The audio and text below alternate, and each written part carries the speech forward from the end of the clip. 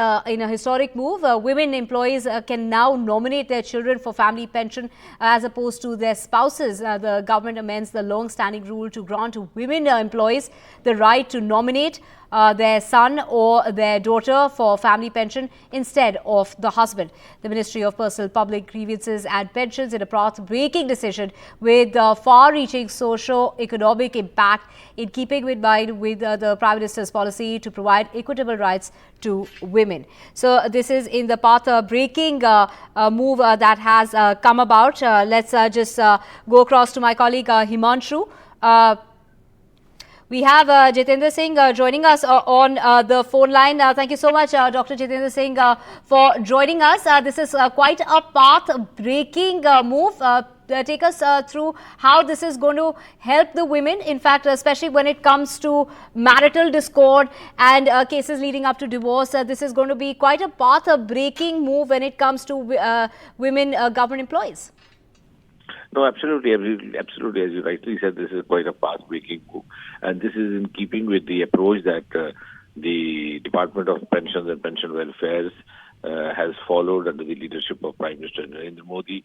You will recall that over the last 1 year or so, in the recent times, there were a series of reforms introduced as far as the pension provisions are concerned, and particularly pertaining to the women employees. Even in the before this provision was introduced, as you rightly mentioned, because considering the contemporary socio-political, socio-economic milieu, there might be occasions, there might be cases, there might be situations, there might be circumstances where a woman employee would prefer to nominate for her family pension after demise one of her offspring instead of the spouse, which was the practice followed earlier, that automatically after a woman employee or a woman pensioner passed away, the next rightful person, the claimant of the family pension, would be her husband.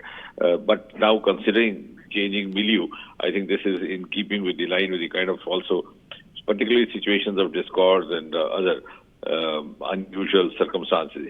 And I would like to mention over here that over the last few years, we have introduced a number of other reforms. For example, earlier on, a divorced daughter or a divorced or a separated daughter could not be claimant to her parents' family pension, even if she was dependent on them, unless she got a judgment from the court.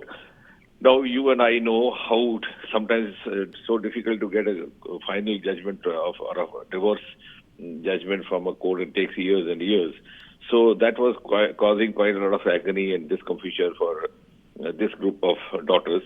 So we have done away with that also. Now, a daughter can simply file a writ petition for divorce. That would be evidence enough for us to consider her as claimant to her father or mother's family pension. Similarly, we have also introduced a number of other provisions. For example, if an employee goes missing or an employee passes away, the earlier provision was that if the employee passes away before having put in 10 years of service in the government, his family or his spouse would not be claimant to the family pension. We have done away with that. Now, regardless of whether, because that was quite unnatural, you don't give a person opportunity or option to decide when he's going to die. So I thought we thought it was not just justified, or it was also not very human. Similarly, there was a provision that if an employee goes missing, his spouse, his wife, who would naturally be the next claimant to family pension, would not be able to claim it unless the dead body of the person is recovered or 7 years have passed ever since he passed away. Ever since he went missing. Now that also we thought was unfair, because in the sense that you have come across a number of such equations, particularly the violence-hit areas of Jammu and Kashmir, Northeast, left violence, where sometimes kidnappings happen, sometimes the employee goes missing, and to let the spouse not be claimant to pension for the next 7 years was quite unfair, because that is the time when she requires it the most. So, a number of reforms in keeping with Prime Minister Modi's priority and also resolve to give equitable justice to Indian women. This is reflected in every sector of government, whether it was allowing women into the Army Commission or bringing in a bill for the reservation in the Parliament. So I think this is quite in keeping with the tone and tenor of the government followed by the government under Prime Minister Modi. Right, Dr. Jitendra Singh, when does this come into effect?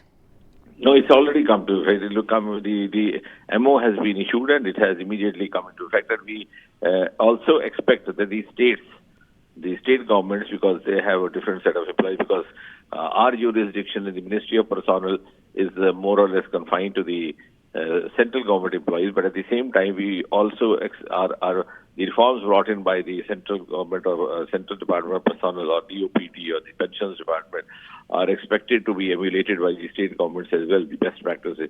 So we hope that this would also be picked up by the respective state governments for the benefit of the employees who happen to be under the jurisdiction of the state governments respectively.